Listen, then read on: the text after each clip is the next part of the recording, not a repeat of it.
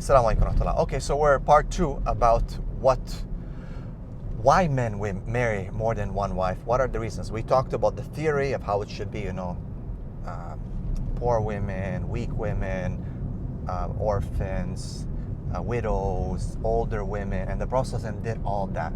We also talked about how it doesn't necessarily sound good when you say that I'm marrying a woman for political reasons or for wealth reasons, as some of the da'is try to say that the Prophet, when they explain or they respond that the Prophet married women for that reason. Yes, those were part of the reasons, you can say that. But we find that the Prophet he had to. Yeah, for example, in the case of Zainab, right? There was a reason that he had to show one of the injunctions of the Sharia of Allah subhanahu wa ta'ala, that you can marry your cousin. Okay? And you can marry the ex-wife of your, that he's not your adopted son. That is just, he was not your adopted son. Zayd was not your adopted son, and that he married, Zainab, and it's fine. It's fine. There's nothing wrong with it, right? And we see Allah says in the Quran, Allah clarifies it. Okay, so in that case, it's very specific as to why the Prophet married Zainab. And even in that case, there's so much attack, because there's some hadith that are not so authentic, but we can look at it that he saw her and she was beautiful, and the Orientalists will start attacking. This is ridiculous. The Prophet was a human being. He had the best of characters and the best of morals. He's going to be the standard for us to see what is fairness when we're going to talk about fairness, and the sisters are going to have to pay attention to that. He's the standard as to what's allowed and what's not allowed, okay? وَمَا أَتَاكُمُ الرَّسُولُ فَخُذُوهُ وَمَا نَهَاكُمْ عَنْهُ فَانْتَهُوا. Allah subhanahu wa ta'ala says, what the messenger gives you, take. What he tells you to abstain from it, then abstain from it.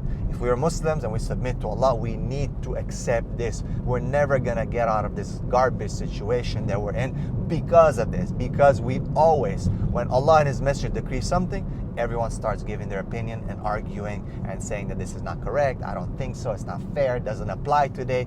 And that is why we lost Palestine, we lost all the the Muslim strength and the izzah of Islam, because we don't seek izzah with Islam, we seek izzah with other things. As Umar Khattab says, that نحن قوما عزنا الله بالإسلام وما يبتغي العزة بغيره أذل الله. We are people, Allah has given izzah with Islam, honor with Islam. Whoever seeks honor with other than Islam, Allah will debase them, will disgrace them.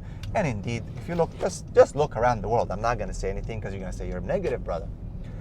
So, Bismillah, let's go back to the issue. Okay, so men should marry women for all those reasons that I started this video with, but in reality they don't. So we're dealing, again, disclaimer, we're dealing with what happens and how can we deal with it, how can we solve this issue, and how can we get over it, right? All right, so why do men usually marry in the first and foremost place? As I said, because of attraction, because they want another wife, because they have issues. It's usually of desired nature. And is there something wrong with that? No, there's nothing wrong with it, right? There's nothing wrong with that, right? There's nothing wrong with men marrying for desire reasons, okay? Because that's the whole point of marriage, actually. Nikah is meant to protect a man's desire. Allah, the Prophet said, "Oh, young men, get married because it helps you with your desires and lowering your gaze." And that was the first objective of marriage. You understand? So because the West has always tried to make Islam look like something sensual, right? 1001 Nights, the book, the Orientalist paintings and so on. It's always, semi or naked women belly dancing and men on nice futons and sultans and swords and turbans and lions and tigers lying around with, grapes being fed to them. This is the sensual portray of the Orientalists that they try to portray on the Muslim and the Muslim faith and on Islam. The Jannah is a sensual place, and you're going to have the Hur line. Yes, we will have the Orion. It says right there, and it describes them even physically. Come on, do you believe in Islam or what? This is the reality. But in this life, we have to keep it within the halal. This is what Allah has asked us, not to stop from it, no. To keep it within halal. You're allowed to have it in the halal. So it's this Western idea. That's why they've attacked. If you think, guys and girls, specifically sisters, the Prophet ﷺ, and of course most of you don't know because you don't do dawah, you have no clue of what goes around in the background and what these nasty people are saying, and it's better like that. okay? But for us, we're in the first line, been spending 16 years, day and night, going through books, researching, fighting, wrote over hundreds of articles, 200-300 articles, 1,000 videos or so, doing dawah, traveling around the world. We know what these people are saying, these disgusting people. And they're attacking the Prophet ﷺ. That's the first attack. Before Quran, before anything, okay? They are attacking the Prophet ﷺ on his life, his behavior, on his personal marriage life. That's what they attack, okay? So you have to understand what we are doing, what we're trying to do. So men marry a lot of time because it is out of desire. Okay, and there's nothing wrong with that. Again, reality. Because the first wife might not be able to please them. This is the truth. And she might gain, I don't know, she might have issues of, she's on a period, she has children, she has, whatever, and she cannot. Some can, and you have to understand, a lot of men will not marry, a lot of men will be very happy with one wife. There's this love story between them, they love each other, they please each other, they're very good together. It happens a lot, okay? Alhamdulillah, it happens. That the wife, she really knows how to be a good wife. Even when she's pregnant, she still satisfies her husband. She pushes herself. MashaAllah, may Allah bless these women, given the highest place in Jannah. Even when she's on her period, she knows what she has to do and how to please him. And they're so close together and they love each other. There's really an emotional connection that exists there, subhanAllah. And these men are good. And the ones who don't do that also are good. Because the Prophet ﷺ had 9 wives at one time. But he loved Aisha and he had a strong, physical and emotional connection with her. But he also had the other wives. And he loved Khadija. And when she died, he was in the most distress. And even after that, he mentioned her and he loved her. And if anyone dared to say anything about her, he would correct them. So you cannot say that, oh, I want that guy. But the Prophet ﷺ is the best man. He is the best man. وَإِنَّكَ لَعَلَى خُلُقٍ عَظِيمٍ. Unless you deny the ayat of Allah subhanahu wa ta'ala, which is a big issue. Unless you deny the ayat of Allah. Sisters, be careful. So it's nothing, wrong. But sometimes the woman will not please the husband.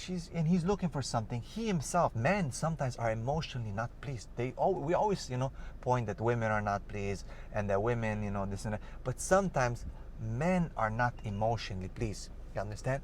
Sometimes men are not emotionally pleased. And what should they do? Should they divorce the first wife? Right? So some say, yeah, if he's a real man, he'll control her. Yeah, a real man is smart though. He has kids with the first wife. He might still love her and love her. But because she cannot fulfill his emotional and physical needs. Again, guys, disclaimer, I'm talking about what actually happens from our counseling and our practices. We're getting this from there. Okay, so she might not satisfy him emotionally and physically, but he doesn't want to divorce her because he cares for her. He loves her maybe emotionally. He does love her. He respects her. They've been together for so long. He doesn't want to lose his children. He doesn't want to lose her. He knows that if she leaves or whatever happens, the non-Muslims in the society today in the West, they'll support her and give her child tax, and she'll be like astaghfirullah, or may go back to her family. No, he wants to take care of her. He wants to have the family. He doesn't want to break down the family. I'm talking about good men, guys. Good men, sisters. Okay? So there's nothing wrong with that. Okay? That he has that intention. He doesn't want to put his foot down and be a real man and divorce her and go to another if she doesn't like it. No, it's not like that. It's not like that. Yeah, it could end up to divorce. But sometimes it doesn't, okay? Sometimes it doesn't need to. Sometimes it does not need to. Okay? It does not need to end up in divorce. There are other options. So people need to talk and communicate and understand why. Now people say, well, why don't they go to counselor and this and that? Yeah, a lot of people do go to counselor. That's the reality. They do. And some don't. But, it doesn't make it that if you should go to a counselor that you shouldn't get married or, okay, it's going to solve the problem. A lot of couples do go to counselors and it doesn't solve the problem. And it pushes men.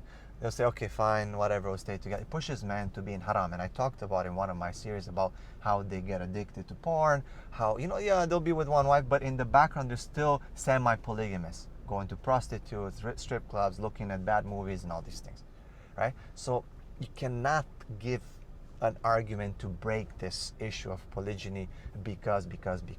We're trying to understand the reality, okay? So we're going to continue with another episode after this, inshallah.